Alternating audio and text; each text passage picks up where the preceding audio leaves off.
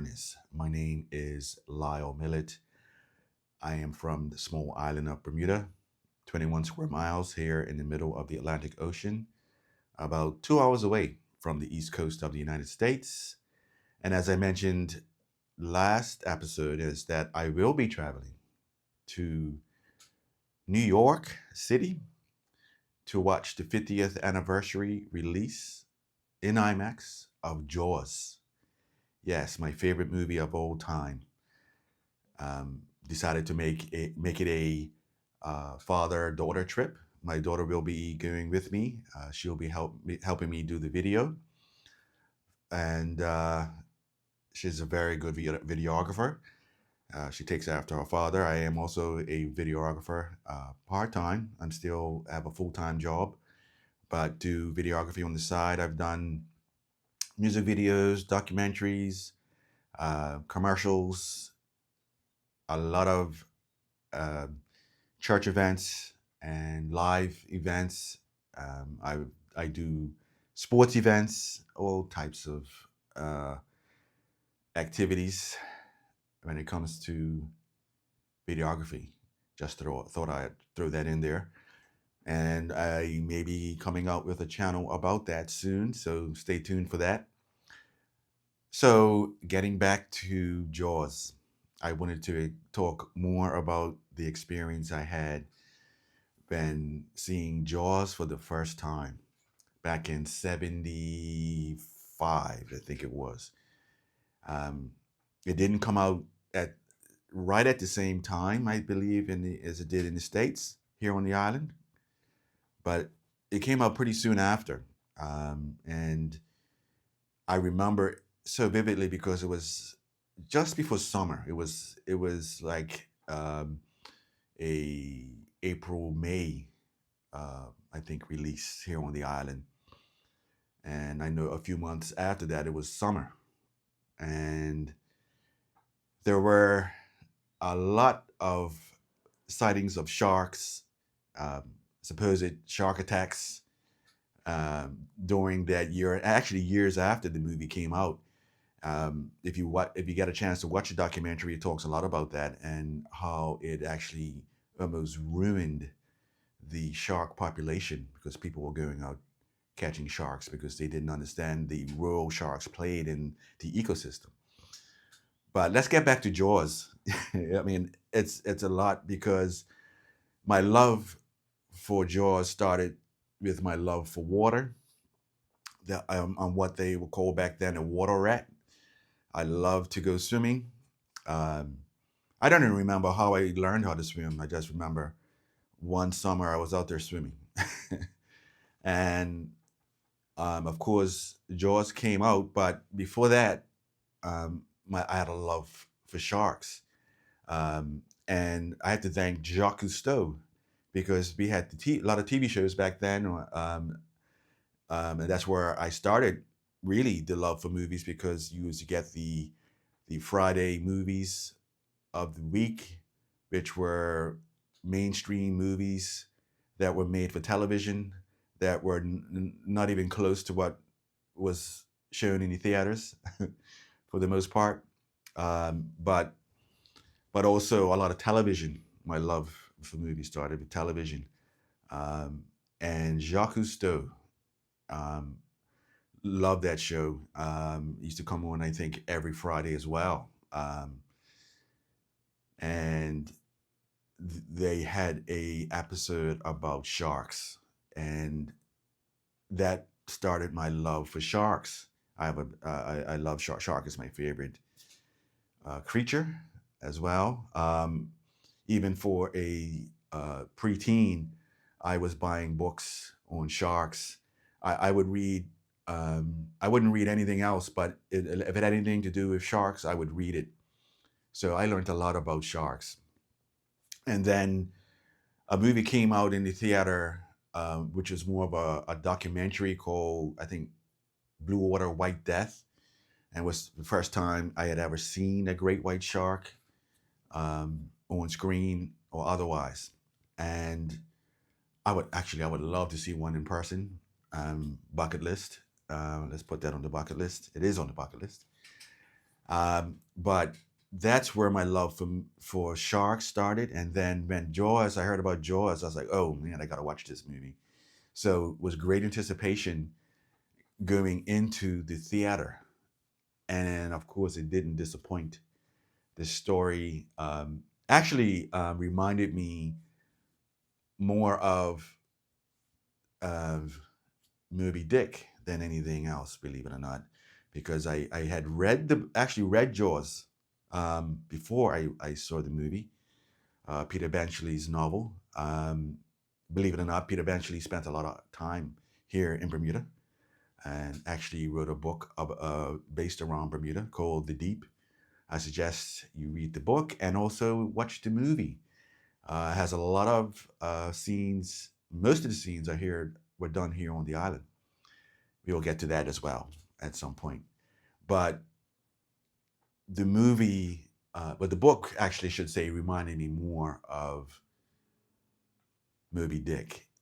Um, the movie was a bit different, and the tone was a little bit different, and I can understand um, that to making it for the screen had to make some adjustments, but I love the story. There was comedy, of course, drama, and of course, horror.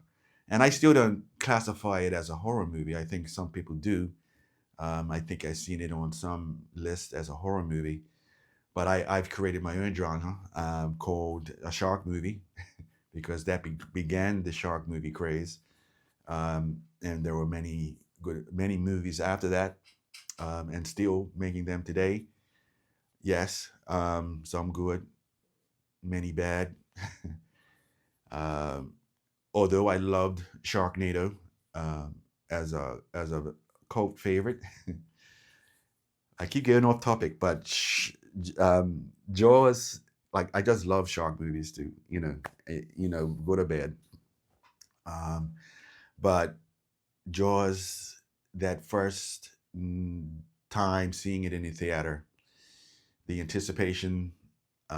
You saw the trailers, and you kind of knew some things that were going to happen, but it nothing compared to actually experiencing it in the theater with all these people around you. And I remember jumping out of my seat, and I didn't frighten very easily, but this movie for the first time at that age scared me. Um, the first shark attack with that music, John Williams score. There's two notes representing the shark, and this woman being tossed around in the water. It was like, what's good? It just you knew it was coming, but it still took you by surprise because of the violence in which it happened, and it was just like a slow build up.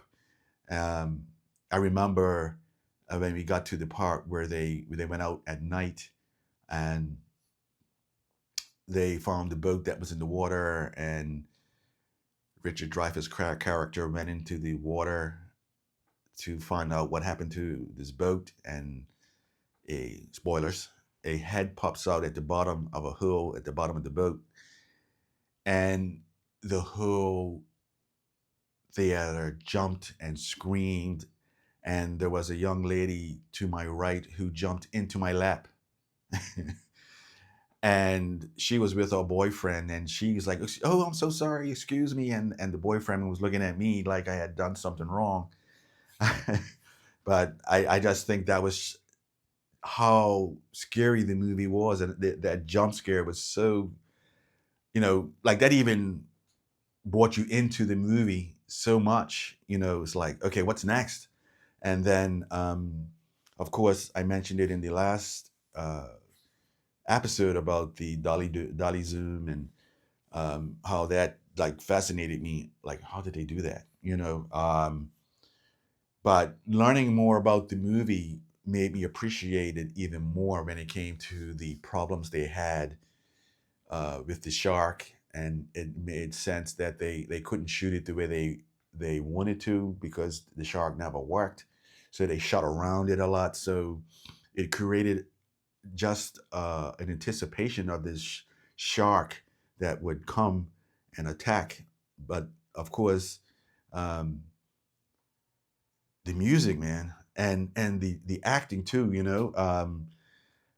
The little moments. I always appreciate the smaller characters as well. The little boys, when Chief Brody is with his son at the table, and you can see the stress and anxiety on Chief Brody's face, and he just needed a break from it all, and he has his son there mocking him a little bit, and it also broke the tension in the theater.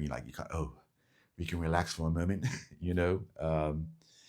So you took this ride with this movie like no other, and when they got out to try to catch the shark with Captain Quint, it's like it just keeps building, and a crescendo as it would be in music, and of course it didn't disappoint, and some great movie lines.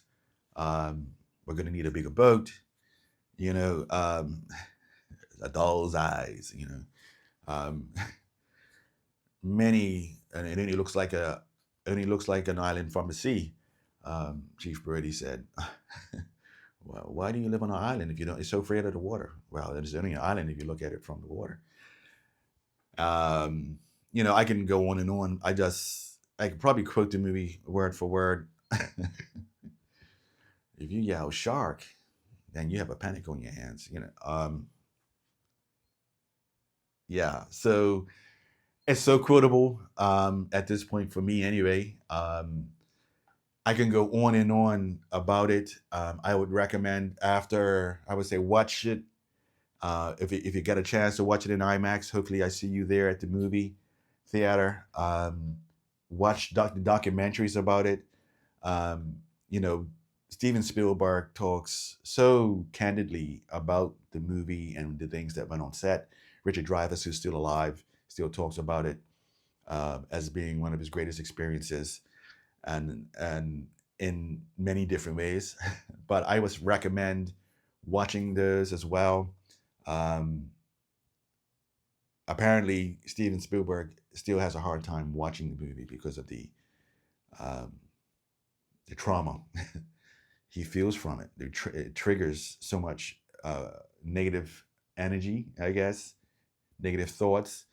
But I believe he says he got over it because he used to the boat used to be on the Universal lot, and he would go um, to the boat and just sit in it and just hang out there, and that helped him kind of get over his anxiety about making Jaws. Can you believe that?